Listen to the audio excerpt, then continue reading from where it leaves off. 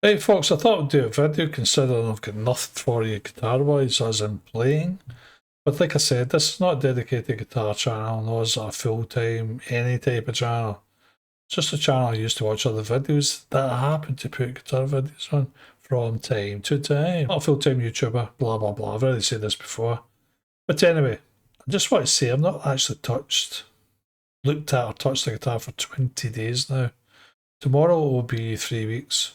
And I have thought about it a couple of times, not got around to it. Because my sleeping pattern in the last month has been even worse than usual, and it's usually shit. But it's even worse than shit now. It's like almost insomniac because my sleeping pattern's awful now. That's when I do sleep. I could go 3 days and get 8 hours sleep. It's a regular occurrence.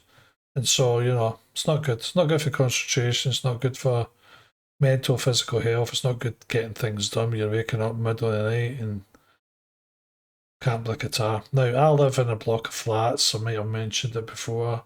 A large block of flats it's kind of noisy around about me. I live in the city.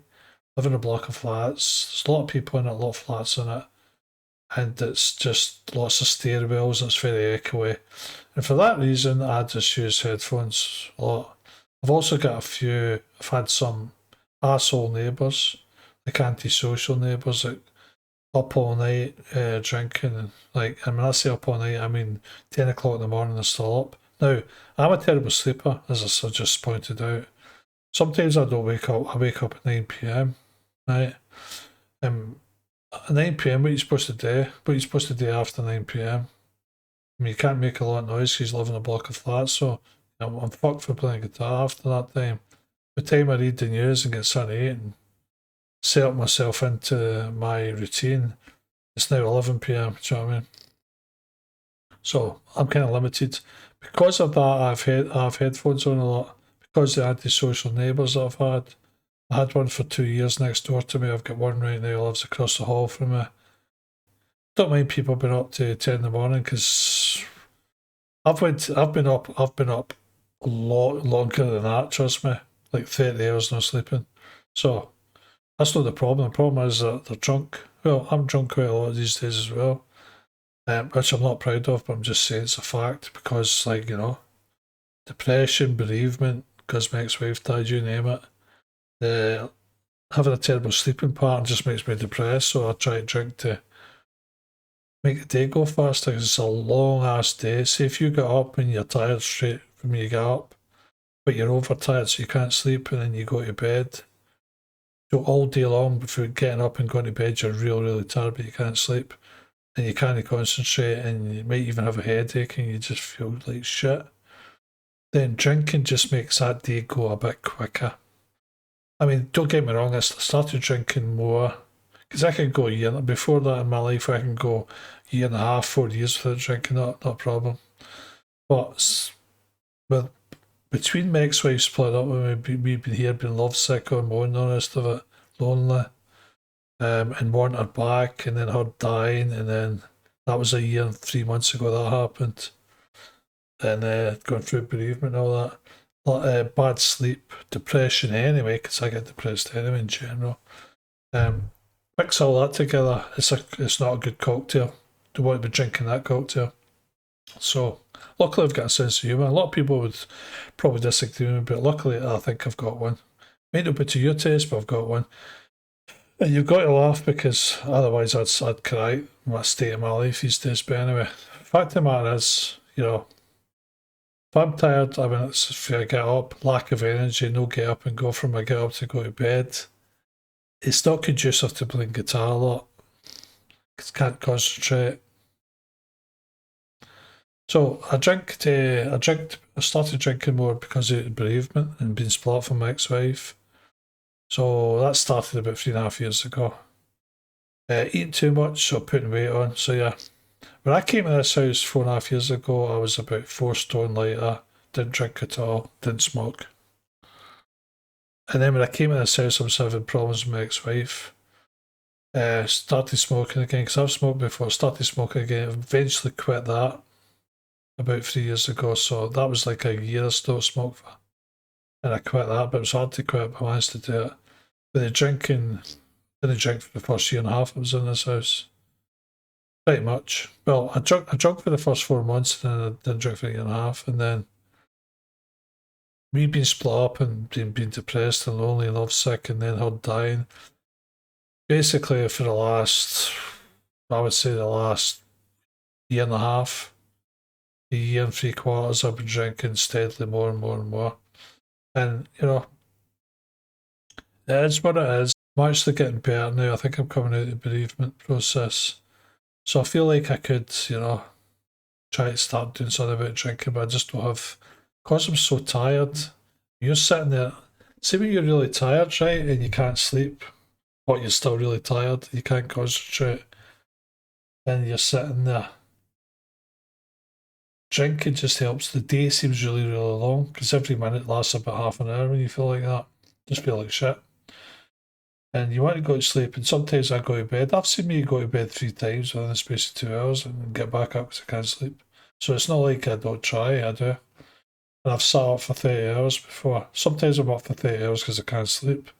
Other times I'm up for 30 hours because I've forced myself to stay up so I can get back into a normal sleep pattern. By that I mean going to bed at a reasonable time, get up at a reasonable time. I mean, you can't be playing the guitar in this block of flats at 10 PM at night onwards because people will just not like it. Which is why I play guitar with headphones on. I watch YouTube videos and listen to music YouTube with headphones on. And I play games with headphones on. And when I go to sleep, because it's a noisy block, I put earplugs in, so I spend most of my day with something over my ears. So I can concentrate as well, because a lot of times when neighbours kick off, shouting, screaming, arguing with each other, up all night drinking, slamming doors, stamping their feet, just being obnoxious and antisocial. It's not all the time, but it happens enough for I need to wear headphones, especially so I can hear shit. Otherwise, I would just go mental and go and batter the fuck out of them. Which I would like to do in my dreams, but in reality, I'd get arrested for it. And I'd be the one who went to jail, not them. So, anyway, like I say, it's not all my neighbours, but you only need like 1 or 2 neighbours to be like that to fuck everybody else's life up. So, that's a great start to this video. All I have to do, and it's a tall task, it's a tall ask and a task, is to get my sleeping pattern, which I've struggled with a lot of my life because I've been a light sleeper at best all of my life. So get that in order, everything else will follow. As I say, all the dominoes will fall into place. Is that the right saying? I don't know. Anyway, I want to talk about some guitar things now. Right, I done a box video 20 days or so ago. That was the last time I played guitar. Never mind looked at one, never mind touched one. Now, even though I've not played for 20, that's no unusual. I could not play guitar for up to 6 weeks. I started playing guitar when I was 46, which was 10 years ago. And at that time, I've not played for 4 years once, not I've played for 3 years another time. And then there's been 6 months here, 4 months here and stuff. So, vast majority of times since I started, I was late in life, 46. Vast majority of times I said I've not played the guitar. I might have had the guitar, but it's sat there doing nothing. A lot of times I've not even had them. Like, for example, first year and a half I moved into this house, didn't have a guitar at all. So, then I got a guitar and I got a Vox amp, and since then I've been buying guitars and amps ever since. So even though I don't play them, I'm still hooked, so to speak. And I wish I did play them more. I wish I had the motivation, and I wish I had the concentration. Motivation, concentration, all the words ending with Asian. Wish I had all the Asian words, because they always seem to be pretty good. Life affirming words, Asian, concentration. Desperation, that's not life affirming, is it? So I'm wrong about that. Take that back, forget I said that. And I don't seem to have any. Get up and go, discipline, I've not got any of that. Not right now anyway, but I wish I had more. And it's not like I've always been that way, because I've been a quite driven person at times in my life, so I'm not naturally somebody that is not motivated. Just with all the shit that's happened to me in the last 4 years, my motivation levels are very low. But the day I did the Vox, let's get back to guitar talk, Ronnie, stop talking shit. Stop havering, as it says in Scotland. That's a Scottish word, havering, which means rabbiting on, pontificating. The day I did the Vox video, I also messed about with my Blackstar amp head, which is an all-valve amp head. And the reason I wanted to mess about with it, not because I like tinkering or breaking things, is because I had an XLR cable, which I mentioned in my Vox video. I've also got a TRS cable, which goes from the Blackstar amp to a PV guitar cabinet, which has got a 12-inch Celestine greenback in it. Now, because I've got headphones all the time, when I'm awake and when I'm sleeping, I've got earplugs in because of the nature of this block of flats. A block of flats, it's got so many flats in it, it's a high tower block. It's got so many flats in it, it's so echoey and got lots of stairwells that even if you fart, even a little pump, everybody in the block can hear it. So that's why I have headphones on when I'm playing guitar as well. But I got the Blackstar amp head out and I thought, let's try this XLR cable. And let's try this TRS cable that I've got for joining my amp up to my PV guitar cabinet. Because the TRS cable's balanced, same as the XLR one's on, so there shouldn't be any audio noise interference in the signal. So I did it, and guess what? It sounded exactly the same as the USB.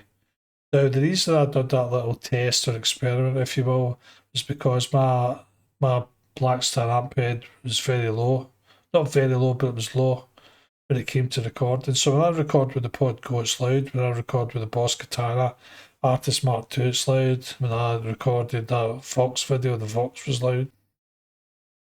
So the Blackstar doesn't suffer from being quiet in general. It's a really loud amp head. All valve, all tube, as I say. It's got two clean voices, which is a Fender and a Vox. It's got two overdriven or dirty voices, which is a Marshall and something like a Soldano or a high gain one, something like that. And basically it's got a clean and a dirty channel. So I like it, it's a good amp. But the USB, when you record, it's like 5 dB quieter than recording with any other fucking amp.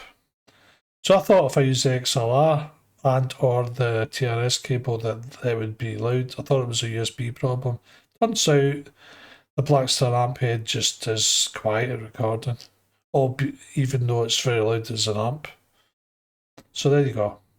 I'm a very naive, kind of newbie, I'm a beginner guitar player, but I'm a kind of late beginner, but I've never managed to get to intermediate because I don't practice at all.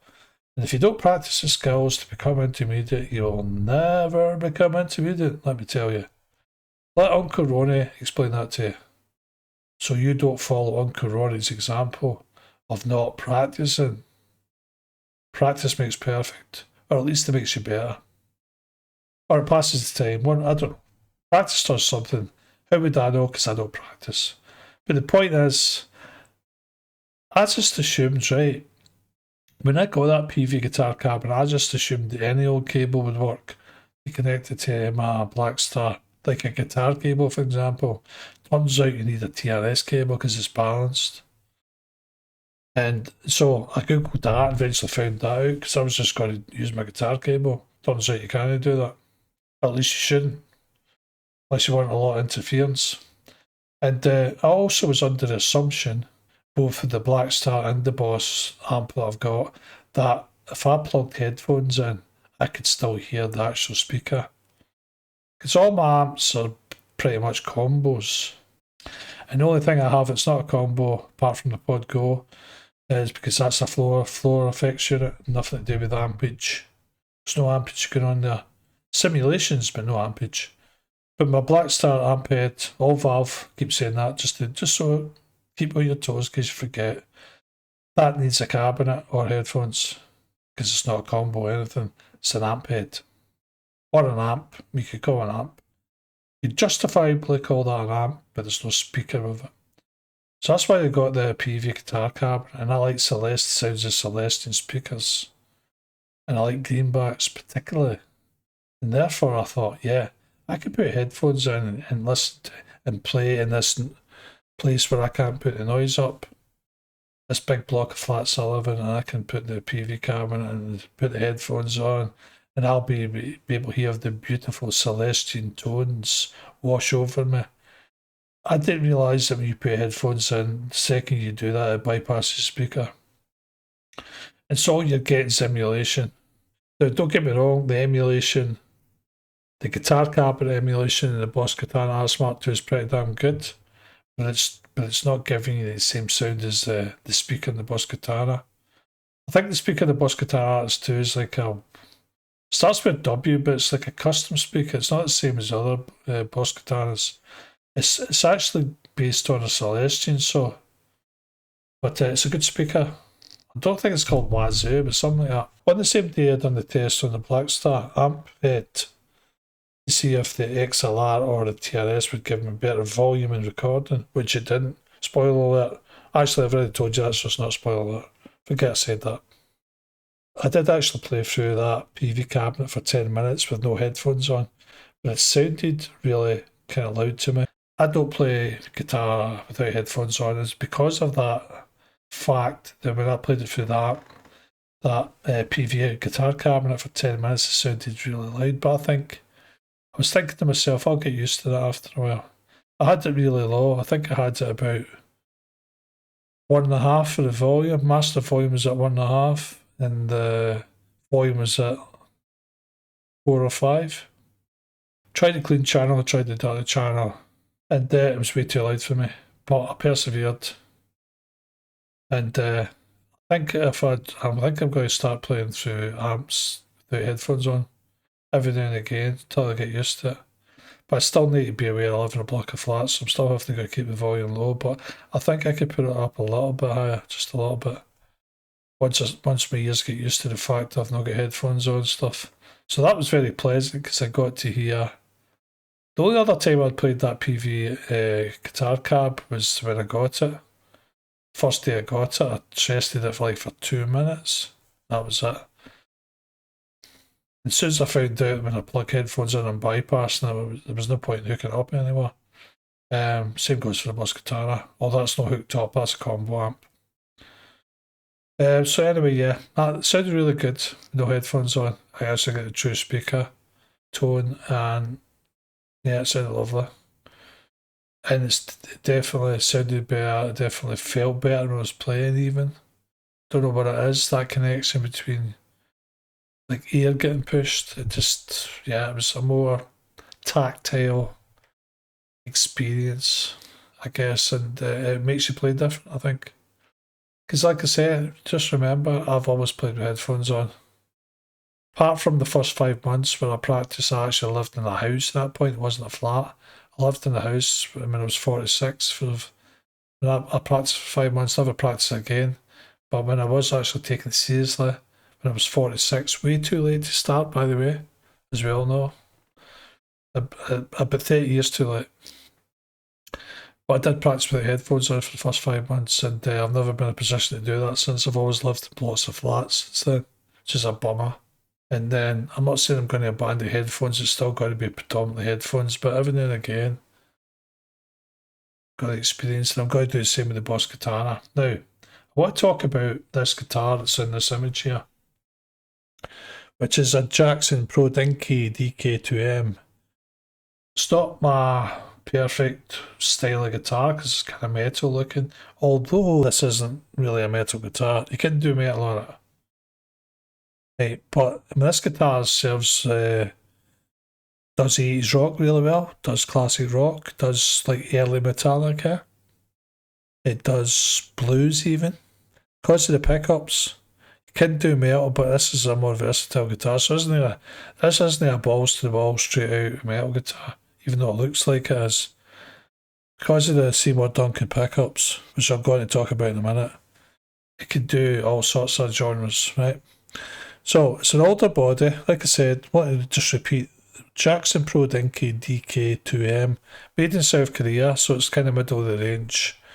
It's not a budget guitar, and it's not like the American Pro version either. So it's got an older body, gloss body finish, maple neck, bolt-on with graphic reinforcement and scarf joint. It's got hand-dropped urethane on the neck finish, which to me is a negative, but I'll talk about that when I go on to talk about pros and cons.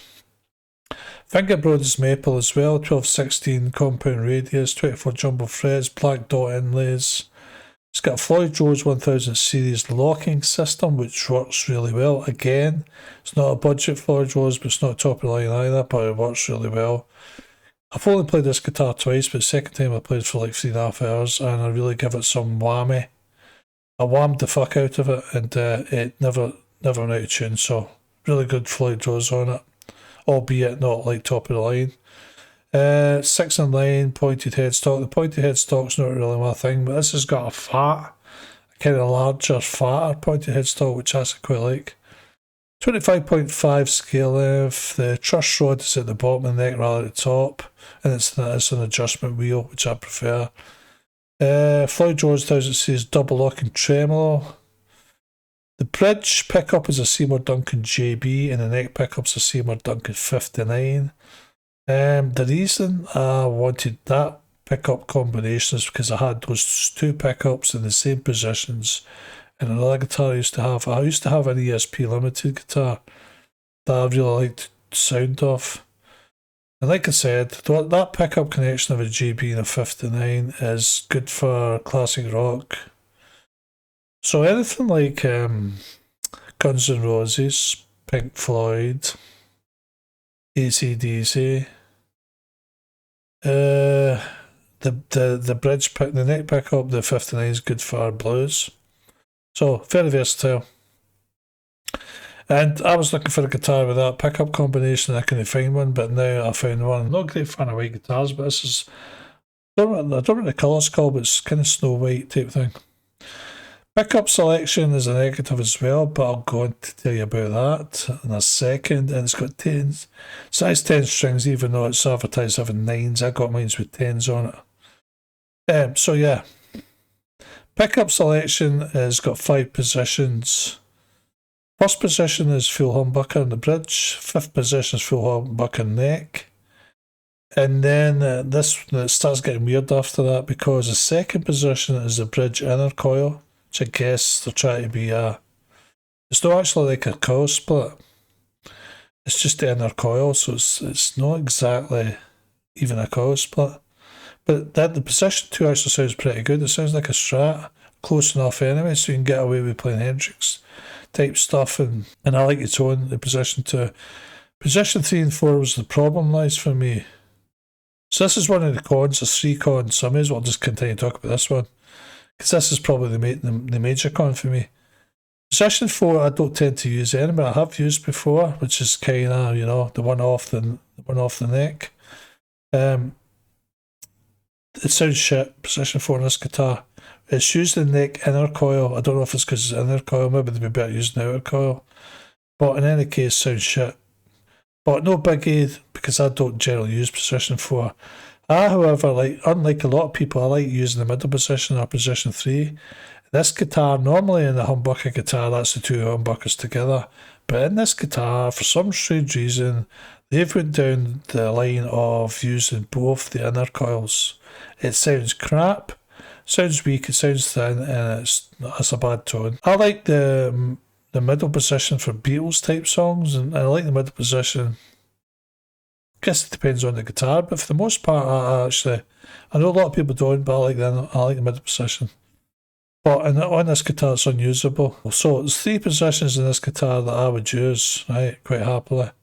2 humbucker and 1 single coil, or something approximating single coil, which is position 2, which I like in any guitar, especially in the Strat. I like position 2 in the Strat because it's right. It's where you want to be if you want to do Hendrix and stuff. So, I guess I've not got a lot to complain about, but because I like the middle position, and the fact it's shit is a negative for me. Most people would say if you use 3 positions out of 5, you're actually doing okay. I guess they're right, but I like the middle, so there you go. I can't use it on this guitar because it sounds crap. So the other 2 negatives I have would be the polyurethane. Although I don't know if it's polyurethane. It says hand rubbed urethane, so it's a lightly rubbed urethane in the back of the neck, which I guess they wanted to do urethane, but they feel like satin, but they failed miserably. because it's sticky. Now I don't have a problem with it. I've got LP copies that are totally glossed on the back, and I don't have a big problem with that, you know. I prefer satin at the back, or just bare. But I don't have a problem with gloss necks in the back, you know. I don't have a problem with them. This one's sticky, but it's a kind of wet sticky. Kind of weird. Feels like it's sticky and wet at the same time. I don't know if it's because it's a thin film of urethane. Maybe it'd be better if they actually did gloss it up more. But it's just weird. It feels weird. And but the second time I played it for 3.5 hours. That guitar. I've not touched it since. That was about 4 months ago. But the second time I played it was slightly better, and I've got a feeling, strong, almost 100% feeling that with time and with play, that'll not be a thing anymore. But right now, I don't like the feeling. I don't like the feeling in the back of the neck. The neck itself is just very comfortable, so I've not a problem with that. The other negative I've got isn't a big negative really as such, but the fretboard on this guitar gets all kind of gungy very quickly. So your finger oils or whatever. And luckily I clean the guitar after every use anyway, so I give it a rub down and stuff and get rid of anything like that. So that's not a big deal, because that's what I do anyway. It doesn't matter what guitar I play, that's what I do, give it a clean. But nevertheless, it's worth pointing out that even though this is a maple fretboard, and I like maple fretboards, probably my favourite type of fretboard. Even though I like most fretboards actually. Like I've got guitars with rosewood, probably my second favourite, and I've got I don't know, jojoba, whatever you call it. Sounds like a shampoo to me. Whatever that is, ebony, that's what it is, ebony. So I like them all, but I think maple probably wins out for me. And every other maple guitar I've got fretboard that doesn't gun job like this does. So it's no biggie, as I say. I think that's always going to be the case on this guitar, but I clean it every time after I play it, so it doesn't affect playing while you're playing. It just looks a bit manky looking after you've stopped playing, especially if you go like 3 years or something on it, which is not going to happen that often. Now, as for the pros in this guitar, right? So three of those negatives. One is quite major. I can't use the middle pickup because it sounds like crap. The hard drubbed urethane is probably going to go away. I'm almost definite. And even if it does, I give it a little bit of sanding down. The gunge is never going to go away, but I clean it if I never cleaned it every time I used it, and I used that guitar a lot, it'd probably gunge up something horrific. Then it would be a problem, but it's an inconvenience more a problem. As far as the pros go, the guitar's a nice shape. It's like a Strat shape, although a bit more horns, a bit more horny, just like me, because I'm a bit more horny than your average man. Not anymore, but I used to be certainly. But it's got the horns is bigger on this guitar, but it's basically a Strat kind of shape. Maple fingerboard and neck's always good for me. Floyd Joe's works really nice. Headstock, even though I don't like the sharp kind of pointy headstocks, this is a fat, bigger version, which I actually like. Guitar plays really well. It's got a compound radius, so it's good for chords and bends, and it plays nice and fluently, and it plays well, and I've got nothing bad to say about the neck. Nice and comfortable.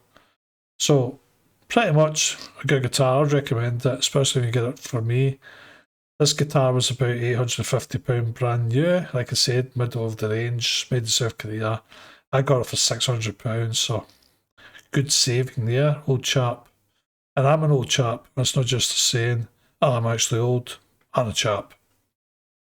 So literally, I'm an old chap. But yeah, that was a good saving, so I couldn't let that go. Plus, I was looking for a guitar with that combination of pickups for a long time, and I eventually found one. So there, finally, I've got a guitar with a JB in the neck and a 59 in the bridge, and sorry, a JB in the bridge and a 59 in the neck. Talking about ESP Ltd guitars, I've got another one now that I bought. I bought one and I actually got it for a lot less money even than this one. Really happy with that guitar. That's that metallic one I've got. It's like metallic sunset colour or something. Looks beautiful. It's got two Seymour Duncans now, but Seymour Duncan have moved away. ESP Ltd guitars have moved away from the JB and 59, which is why I ended up having to find the combo in a Jackson type guitar. I googled guitars with those two pickups. There's actually a website, but I can't tell you what it's called because I don't know. I don't even know if I saved it, but I probably did. Actually, there's a website that you can put pickups in. This is very useful, by the way.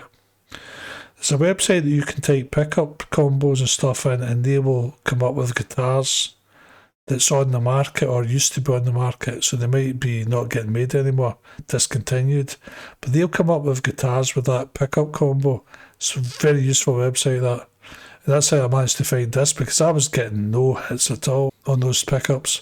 But the ESP Ltd I've got now, even though I sold the other one 8 years ago, it's got Seymour Duncans, but it's a different set, but it still sounds really nice. Because I'm not really a metal player, like really not a metal player, then, you know, I prefer this JB59. I think it's nice. So there you go. A lot of people slag JB off, but, you know, just turn the tone down a little bit. I think it's a little bit harsh. Turn the tone knob down a little bit. That's all you have to do. It's easy. Don't need an EQ pedal for that. Just turn the tone down a little bit. Right, last thing I want to talk about is I'm getting something delivered today. Now it's 5:14 in the morning. I should be way in bed by now, because the thing that's coming could come between 9 AM onwards, and I'm still up at this time like a fucking idiot. But it's because I've got a terrible sleeping pattern. We've already discussed that. But I've got a Helix LT coming today. Now, as you know, I've got a Pod Go already, but the thing about the Pod Go is that's all I needed. It was perfect for me. Pod Go's got the exact same guitar amps and cab simulations and the same effects as the Helix and the Helix LT. Well, the Helix LT and the Helix have got like 2.5 times more DSP compared to the Pod Go. So you don't run out of DSP anywhere near as quick on those. That's a problem I have with the Pod Go's. I run out of DSP, so I can't use all the pedals I want, because it won't let me, because they're grayed out, so it won't let me use them. And there's a lot more connection types on the back of the Helix. It's got a bigger screen, blah blah blah. There's a lot of benefits, but I didn't see the point of upgrading because I had my Pod Go and had done what I wanted. I didn't have a need to upgrade my Pod Go to a Helix LT. I certainly wasn't going to get the Helix, because the Helix is £500 more than the LT with not much more. There's not much more difference. Same DSP, same amount of foot switches on the front. No, there's the only differences between is this scribble strips or something. It shows you what each foot switch does. Because you can assign each foot switch to be anything you want it to be. It can be a delay, it could be a reverb, it could be a distortion, it could be a volume thing, it could be an EQ. And on the full fat Helix there's like a scribble or strip. It's easy for me to say that, but I can't say it, so it's not easy apparently. But that lights up, tells you what it is, but you don't need that anyway, because there's a thing on the full screen on the Helix LT that shows you like a virtual. So don't need that. Also, the Helix LT's got a bit less connections on the back. But again, it's something like, and don't quote me, but I think the full Helix has got like 4 return sends, and the Helix LT's got 2 return sends on the back. Well, one return sends enough for me. So the Helix LT is a definite upgrade and improvement on the Pod Go, but like I said, it wasn't that much of an improvement for my needs. But now that update 3.5's come out, is a game changer. Because I was looking at a floor unit, just a bigger, better one, mostly one with better DSP, because I was running out of DSP when I was trying to do patches on the Pod Go. So a lot of reasons why the LT's better than Pod Go, but was it worth getting? No, certainly the Helix, as I say, was worth getting, because the Helix is £500 more than the LT. Now, the Helix has gone for about £1,400 in the UK right now. The Helix and the Helix LT is going for 900. I've managed to secure the Helix LT for £760. So I got it. It was limited stock, so I had to get in there quick. So I was humming and hawing about it. I was going to and fro. I was thinking about it. Did I really need this? But when I weighed up all the pros and zero cons, I thought, yeah, it's worth getting it. So, and the price was just the killer. That was the icing on the cake for me. I couldn't let it go. I'm like £760, £140 less than everywhere else in the UK. I need to get the Helix LT, and so it's coming today.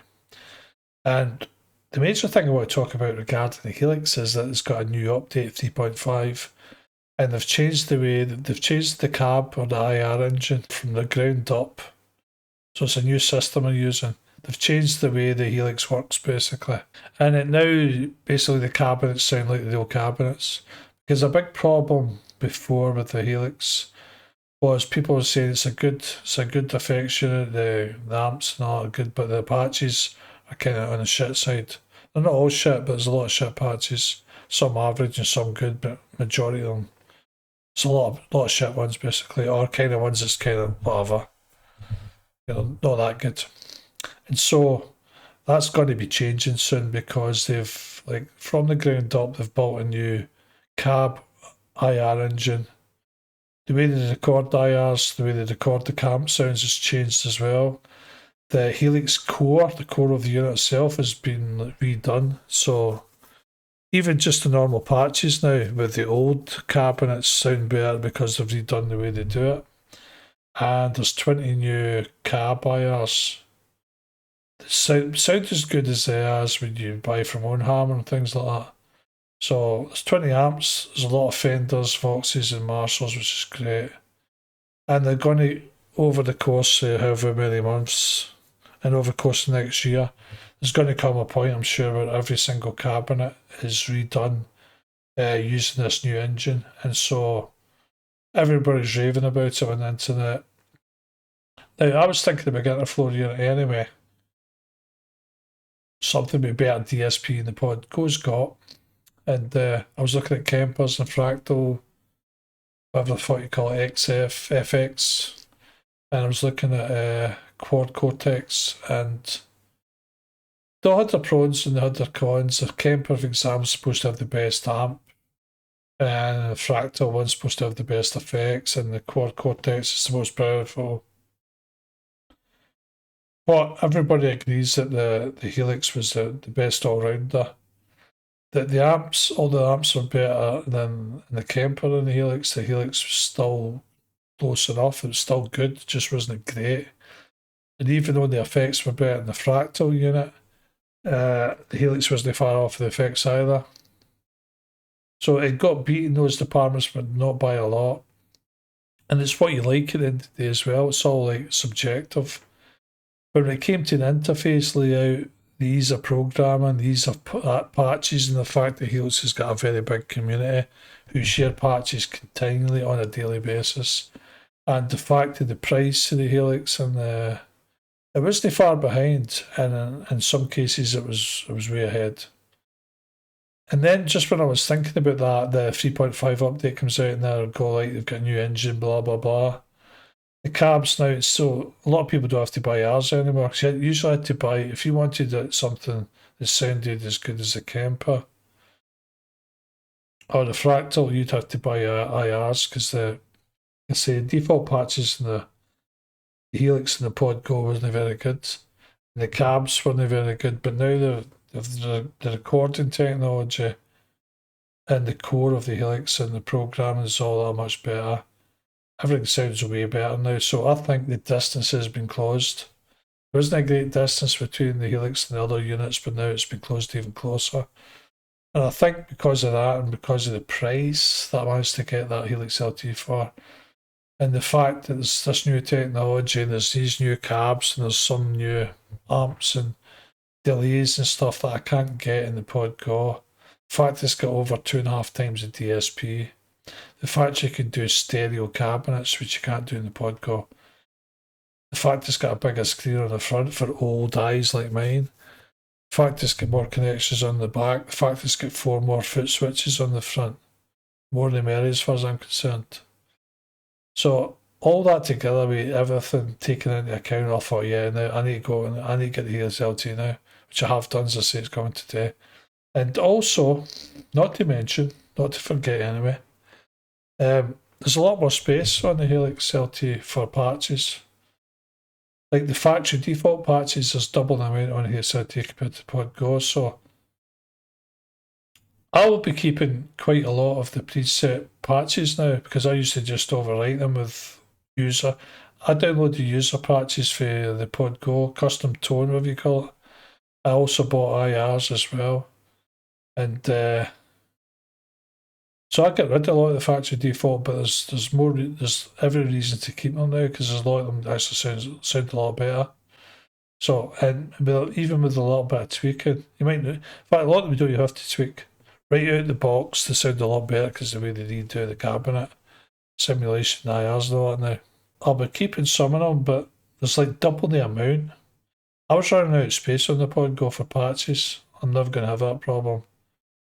Also, because this new engine, new core for the Helix, the DSP, you use even less DSP. So, for example, a cabinet would use a certain amount of DSP.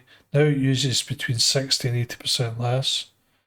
So you've even got even more DSP freed up on the Helix. So I just think, yeah, let's go. Let's get it. So I've got it. Trying to think of another kind of benefits. It's got more things on the back. I mean, like I said, I might not use them, but the more the merrier. Definitely, I like the fact there's 4 more foot switches in the front because I will use those probably. The more the merrier. Plus, I will use them. Screen's a bit bigger. I think the screen's an inch bigger all round, which is good for me. Don't know if it's a better colour. Maybe it is. Maybe it'd be a better quality screen, probably. But I think, like I say, I've just listed all the benefits of getting Helix LT, and now it's even more benefit because of this new engine that they've created, which means that eventually, right now it's 20 new cab IRs, and that's just going to be added to lots of updates in the future, to the point that every single cabinet has been redone, which is going to, as I say, make the Helix a lot more viable for these people that thought, okay, it is good, but it's no up there with campers and stuff. I think it's going to bring them a lot closer together, and I think the price and the interface is better, and the all-round thing, and the fact that it's one of the few floor units that's actually got a wah-wah. It's got a wah-wah on it. It could also be used as a volume pedal, but it's actually got a wah-wah built into it. Which some of the other, I don't know about the Kemper and that, but I don't think they've got wah-wahs on them. The Quad Cortex one certainly doesn't. So, like I said, all-in-one does everything. This new update has just took it to another level, in my opinion. Just to finish this very long video, I also had a look on the Helix website, and seems to be a lot more patches for the Helix and the Helix LT compared to Pod Go. Pod Go's got a shitload, don't get me wrong. There's about, I would say the Pod Go have about 5 patches every single day, like new. Trouble is, when I googled Oasis in the Custome Tone freaking website, line 6 run for the Pod Go, there was few and far between. Oasis, like if I wanted a song specific, or for example, I've got Don't Look Back in Anger patch for the Pod Go, which everybody's gave 3 out of 5, so it's not exactly setting the world on fire, that patch, according to people. I don't think it's brilliant either, but that's the only patch for Don't Look Back in Anger. Then I think you've got one for Acquiesce on the Pod Go one, and there's very few and far between. There's not many patches at all. If you go to Helix, Google Oasis, there's about fucking 10 hits come up. Same with the Beatles. There's only one usable Beatles patch in the whole of the Pod Go. There's a couple of Beatles things, but they've got very bad, like they're very poorly reviewed. There's only one half decent one. And even then it wasn't like, because it goes up to 5 out of 5. There's 5-star review thing that you can click for a review, once you've downloaded the patch, you've got the ability to vote on how good it is.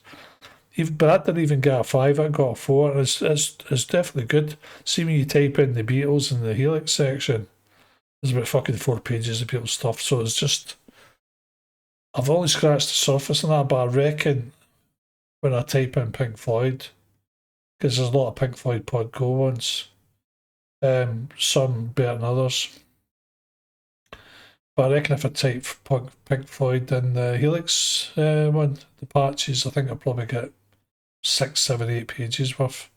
With the IRs, the good thing is I bought IRs on Hammer, and there's the other one, Custom Tones or Chop Tones or something. So I bought IRs for the Pod Go. The good thing is that the IRs are compatible with the Helix LT as well, so the money I spent there was not being wasted. Although, like I said, because of the new engine change stuff, you don't really need IRs as much now with the Helix LT, because the cabinets have been redone, reworked, however you want to put it. All those IRs will still work with the Helix LT, so luckily they're not locked to the Pod Go. Unfortunately for me though, the Pod Go patches themselves, you can't put them on the Helix LT, it's a different programming, so they don't work. But just means I'll just need to go in the Helix LT section of the Custom Tones website, what the fuck you call it. Just even having the LT from the just the prospect of having a lot more patches available, which seems to be the case, because every time I Google something, Beatles, Oasis, there's a lot more, and they seem to be better. For example, the Beatles. This guy's put up the Beatles, 1962 to 66 tone, and then he's got a Beatles 1966 to 1972, whatever, when they split up. So you've got like, and both of those are 5 out of 5. Right? I mean, thousands of downloads, so they must be good. And that's something that I just kind of get in the Pod Go section. So not only have I got, that goes even beyond the general Beatles tone, that gives you specific eras as well, which is just fabulous in my opinion. In fact, I think there's even an IR that comes with that free, so just great, just great. Just a lot more possibilities, and trust me, a lot of people talk about the Pod Go and Helix and all things like that, saying that they're basically option paralysis. I'm not that type of person. I don't get option paralysis. The good thing about Helix LT as well, it's not that far different from the Pod Go. I've learned the Pod Go inside out. I always go out my way when I get new tech or whatever to learn about it as much as I can, so I know how to use it. So a lot of people will just stop at this is how you switch on, this is how you switch off, and they just learn the basics of how they need to use it, but I'll go in depth. So I'm kind of geeky like that, so I know everything about the Pod Go inside and out. So because the Helix LT is quite similar, it's not going to be that much more to learn. I mean, it's going to be more to learn, but I'm good at learning stuff anyway. I don't get option paralysis. It's not something I get. I get the opposite of that, whatever that is. Option hard-ons or something. Whatever the opposite is. Option climax. Option excitement. I don't know what it is. My geek level is going to go way up. The amount of geekery that's going to be going on once I get this unit. So I'm into that sort of thing. I build my own PCs, and I've actually fixed PCs as well. It's electronic art is a good way. If I don't know how to fix it, I'll find out. Like I've fixed the broken PS4s as well, because I'm into gaming. I know how to mod consoles and all that. You know, I'm a geek. Let's be honest. But a very attractive, fit, good looking geek. Oh, I used to be. Well, I used to be some of those things. Actually, I might exaggerate some of that. I'm just a fat, old looking geek. I might do a video on it as well, so we'll see what happens. Who knows? Well, Fox video didn't go down too well, so I probably won't make any more videos. I was actually going to record the Blackstar, retrying that. Going to record the same thing with the orange next door and the Boss Katana. Go through settings and effects and stuff. I don't think it's worth my while. I did say in that video I'm not the best guitar player around. By far I'm not. Also says I'm not going to buy £100 of camera equipment so you can get me walking about pointing at things. It's not that type of channel. It's mainly a channel for me watching other people. But even though I says that repeatedly, I've said that, and I wasn't going to be in the video. Who wants to see an old flat man anyway? Certainly not me. I've got enough problems looking at myself coming out of the shower. There's a big mirror right in front of the fucking thing. And without watching myself in a video. But anyway, I've never been one for taking pictures and showing myself in videos anyway. Even when I was young and fit and better looking, it was just not me. I'm not. My reflection does nothing for me. So, but one thing you can't deny about that video is I put a shitload of time into that video. So you might not like the format. There wasn't any actual video. It was still pictures with audio clips and me doing a voiceover. You might not like the format. You might not like me. You might not like the fact I'm not a very good guitar player. You might not like my guitars in it. You might not like the Vox amp. None of those things I think are a reason to thumb it down, by the way, because I'm a total believer and you shouldn't be thumbing any videos down, right? I think unless it really shakes you to your core and it really disturbs you to the core of your being, like a terrorist going on a video saying, I love cutting people's heads off, thumb that down by all means, right? But the vast majority of things on YouTube, as I've said before, if you don't like them, go to something you do like. Don't spend the time putting a nasty comment in, don't thumbs it down. Just go and seek out something you do like instead of seeking out things you don't like. Now, I know you might not have seeked it out, but you might have just put Fox into YouTube. Guess I come up somewhere in the algorithm, probably near the bottom. How I even get found, I don't know. But in any case, considering that I don't get paid for anything, right? I don't get paid for anything, and I put a shitload of time in that video, and yet 3 people decided they didn't like it. It doesn't really bother me too much. So I really want to make a video on the Blackstar amp, how to record it, give you the tones of the amp. I want to do the same with the Boss Katana. I want to do the same with the new Helix LT. Show you the tones that can be had, show you how to use it. Probably not. I don't want to spend, like the Vox, I don't know how long it took me, but it must have taken me 7 hours to do the Vox video. Like 7 hours of actually going through everything and playing. Then it took more time in that to edit it, and then it took more time in that time of uploading on YouTube. The strange things was that the 3 thumbs downs all came within the 2-day period. The video had been out for 8 days, and it was like sitting at 8 likes, no thumbs downs, and then the course of 2 days, boom, boom, boom. And it's almost as if these people don't like me. Because I put comments on some YouTube guitar channels, I put comments and somebody doesn't like me and go, who the fuck's this guy? Let's click his YouTube name, boom. Oh, he's got a latest video, boom. Let's thumb it down, boom. There you go. That's how petty-minded some people are. So like I said, it doesn't bother me. I'm not going to lose any sleep. I don't sleep anyway, as I've already said. But I ain't going to lose any if I could lose any. I can't afford to lose any more sleep, let's be honest. But it doesn't bother me, but what bothers me is I says all the hard work. But I've already says all these things. I pretend to be something I'm not. Never says I was a young blonde with big boobs. Never says I was a young man. Never says I was good at playing guitar. Never says it was a full-time channel. Never says it was a dedicated channel. If you don't like it, don't do anything. You don't need to thumb it up, by the way. There's a lot of tip for you, right? Here's a lot of tip. I know this is contrary to your logic. Don't have to thumbs it up either. If you don't like it, just don't do anything and go on and do something else. So, yeah, I just don't get thumbs downs. Not just for me, but for anybody. I just don't like something, move on to something you do like, and don't put a thumbs down and don't do a nasty comment. And the funny thing about these people that do such things, you ever notice, right, that the vast majority of the time they don't have any content in their channel. They're quite happy to judge somebody, right, who's already admitted they're not very good. So, see, if I was trying to pretend I was good at guitar, and by watching and listening to the videos you found out I wasn't, then you could pull me up for that. If I says I practiced and I turned out to be shit, you could pull me up for that. If I said I'm going to use a lot of camera equipment and audio, and this is going to be a professional channel, and I want to be a full-time YouTuber, and then all you got was still pitch with audio clips, then, as I say, whatever reason. But these people, as I say, by far, the vast majority of these people like thumbing things down, don't have any content themselves. So they like judging other people, but they don't want to be judged themselves. So these people quite happy to judge other people, not knowing anything about them, not knowing their skill level or how long they've been playing or how their life is. They might not get any sleep. There's a lot of reasons, right, why somebody might come across as bad in a particular video.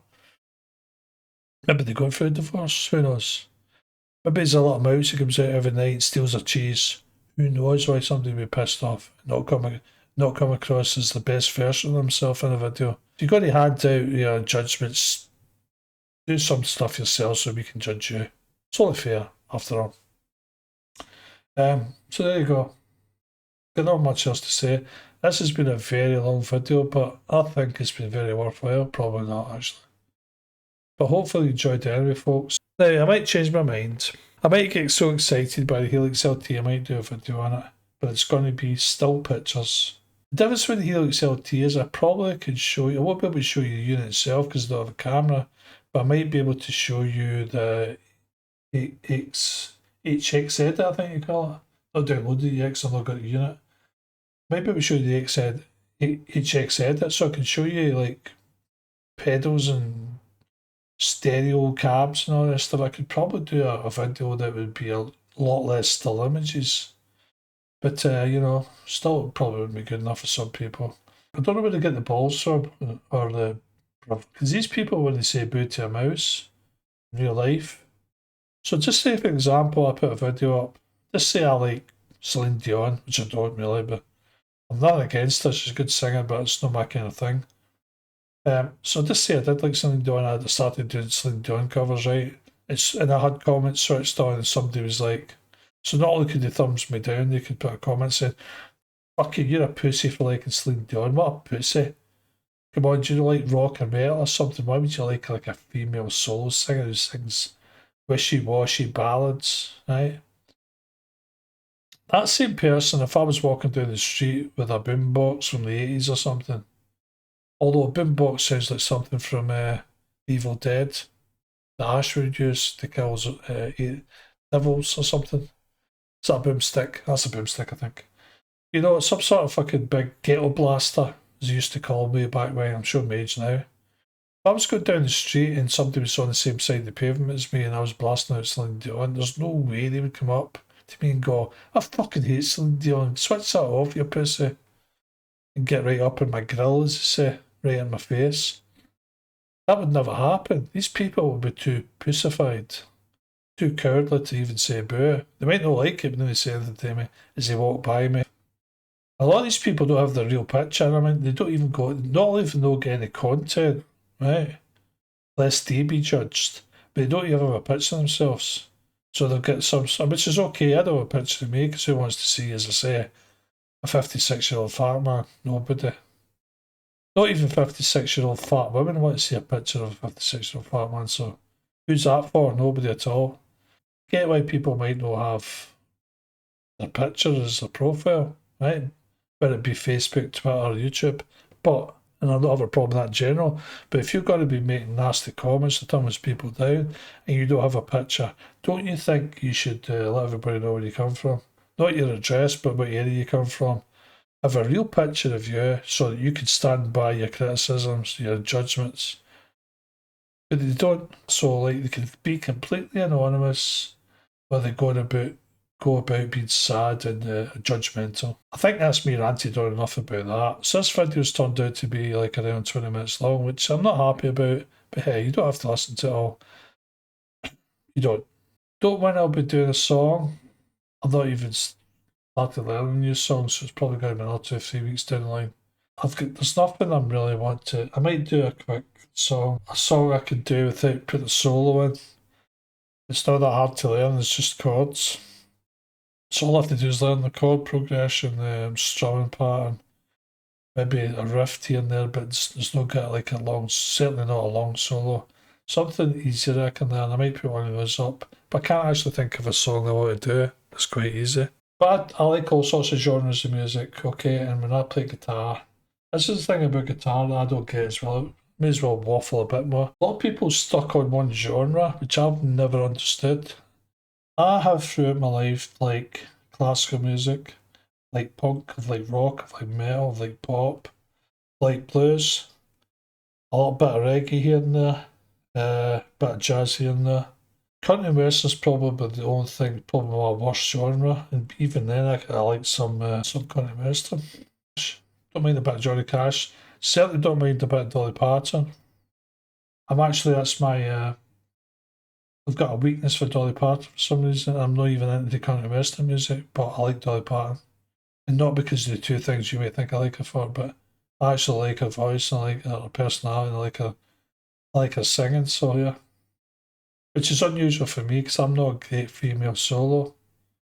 I can't think of too many female solo singers that I actually would go out my way to listen to. But she's one of them. So yeah, and I don't even like country and western that much. But like I say, I've got a lot of genres I like, and I don't understand people. So when it comes to playing guitar, I'm quite happy to learn. If I like a song and that is within my capabilities, or even if it's just outside my capabilities, but if I practice and learn a song, I can pretty much do it some sort of justice, then I'm good to go, and it doesn't matter what genre it is to me. But yeah, at least I talked a little bit about guitars and amps and stuff. Not a lot, but a little bit. Thanks very much for listening. Bye for now.